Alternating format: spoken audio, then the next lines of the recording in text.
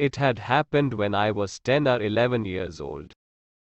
I had decided to learn to swim. There was a pool at the YMCA in Yakima that offered exactly the opportunity. The Yakima River was treacherous.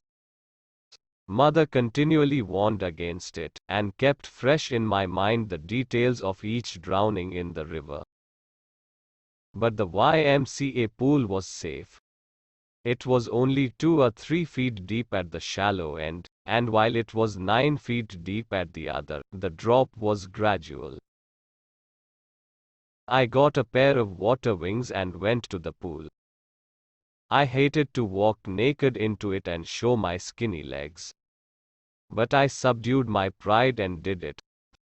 From the beginning, however, I had an aversion to the water when I was in it.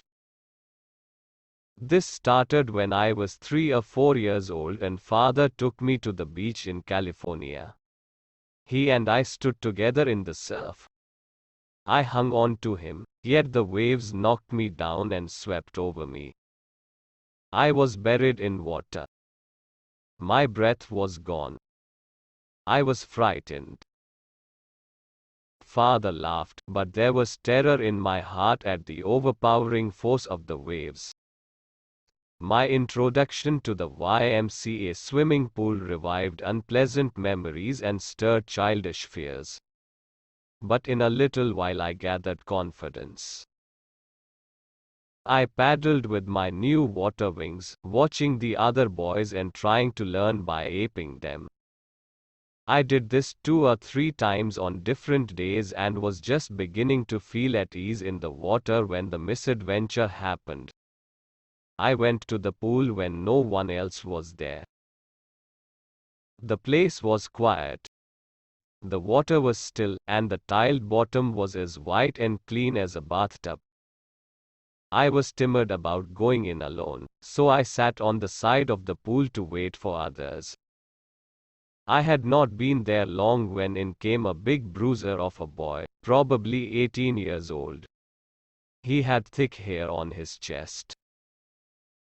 He was a beautiful physical specimen, with legs and arms that showed rippling muscles.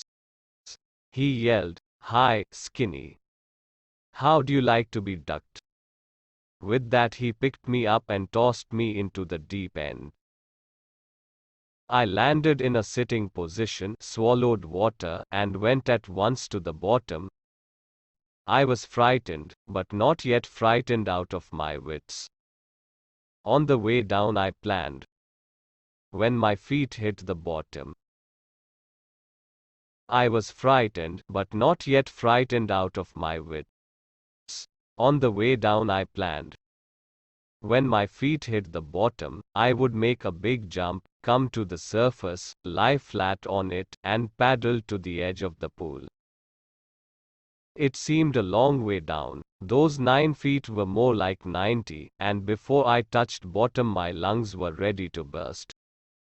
But when my feet hit bottom I summoned all my strength and made what I thought was a great spring upwards. I imagined I would bob to the surface like a cork. Instead, I came up slowly. I opened my eyes and saw nothing but water, water that had a dirty yellow tinge to it. I grew panicky. I reached up as if to grab a rope and my hands clutched only at water. I was suffocating. I tried to yell but no sound came out. Then my eyes and nose came out of the water, but not my mouth.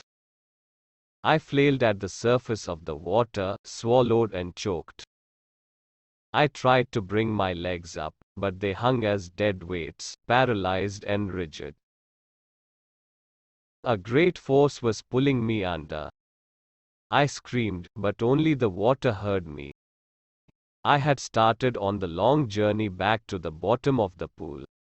I struck at the water as I went down, expending my strength as one in a nightmare fights an irresistible force. I had lost all my breath. My lungs ached, my head throbbed. I was getting dizzy. but I remembered the strategy. I would spring from the bottom of the pool and come like a cork to the surface. I would lie flat on the water, strike out with my arms, and thrash with my legs. Then I would get to the edge of the pool and be safe. I went down, down, endlessly. I opened my eyes. Nothing but water with a yellow glow, dark water that one could not see through. And then sheer, stark terror seized me, terror that knows no understanding, terror that knows no control, terror that no one can understand who has not experienced it. I was shrieking underwater. I was paralyzed underwater, stiff, rigid with fear. Even the screams in my throat were frozen. Only my heart, and the pounding in my head, said that I was still alive. And then in the midst of the terror came a touch of reason. I must remember to jump when I hit the bottom. At last I felt the tiles under me. My toes reached out as if to grab them. I jumped with everything I had. But the jump made no difference. The water was still around me. I looked for ropes, ladders, water wings. Nothing but water. A mass of yellow water held me. Stark terror took an even deeper hold on me, like a great charge of electricity. I shook and trembled with fright. My arms wouldn't move. My legs wouldn't move. I tried to call for help, to call for mother. Nothing happened. And then, strangely, there was light. I was coming out of the awful yellow water. At least my eyes were. My nose was almost out too. Then I started down a third time. I sucked for air and got water. The yellowish light was going out. And then, strangely, there was light. I was coming out of the awful yellow water. At least my eyes were. My nose was almost out too. Then I started down a third time. I sucked for air and got water. The yellowish light was going out. Then all effort ceased. I relaxed. Even my legs felt limp, and a blackness swept over my brain. It wiped out fear. It wiped out terror. There was no more panic. It was quiet and peaceful.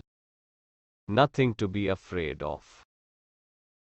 This is nice, to be drowsy, to go to sleep. No need to jump. Too tired to jump. It's nice to be carried gently. To float along in space. Tender arms around me. Tender arms like mother's. Now I must go to sleep. I crossed to oblivion, and the curtain of life fell. The next I remember I was lying on my stomach beside the pool. Vomiting. The chap that threw me in was saying. But I was only fooling. Someone said, the kid nearly died. Be all right now. Let's carry him to the locker room.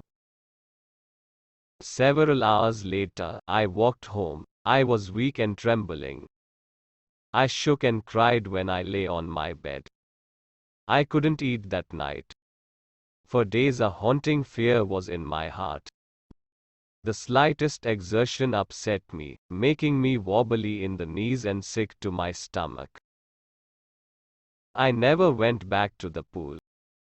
I feared water. I avoided it whenever I could. A few years later, when I came to know the waters of the Cascades, I wanted to get into them.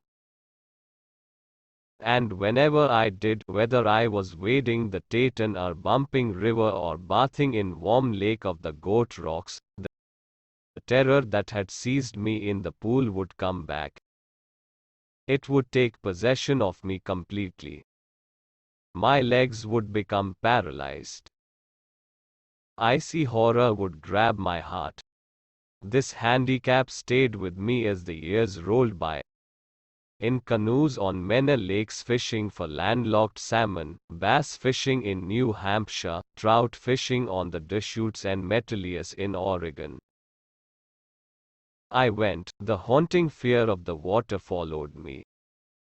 It ruined my fishing trips, deprived me of the joy of canoeing, boating, and swimming. I used every way I knew to overcome this fear, but it held me firmly in its grip. Finally, one October, I decided to get an instructor and learn to swim. I went to a pool and practiced 5 days a week, an hour each day. The instructor put a belt around me. A rope attached to the belt went through a pulley that ran on an overhead cable. He held on to the end of the rope, and we went back and forth across the pool, hour after hour, day after day, week after week. On each trip across the pool, a bit of the panic seized me. Each time the instructor relaxed his hold on the rope and I went under, some of the old terror returned and my legs froze. It was 3 months before the tension began to slack. Then he taught me to put my face under water and exhale, and to raise my nose and inhale. I repeated the exercise hundreds of times. Bit by bit I shed part of the panic that seized me when my head went under water. Next he held me at the side of the pool and had me kick with my legs. For weeks I did just that. At first my legs refused to work. But they gradually relaxed, and finally I could command them. Thus, piece by piece, he built a swimmer. And when he had perfected each piece, he put them together into an integrated whole. In April he said, "Now you can swim. Dive off and swim the length of the pool, crawl stroke." I did. The instructor was finished. But I was not finished. I still wondered if I would be terror-stricken when I was alone in the pool. I tried it. I swam the length up and down. Tiny vestiges of the old terror would return.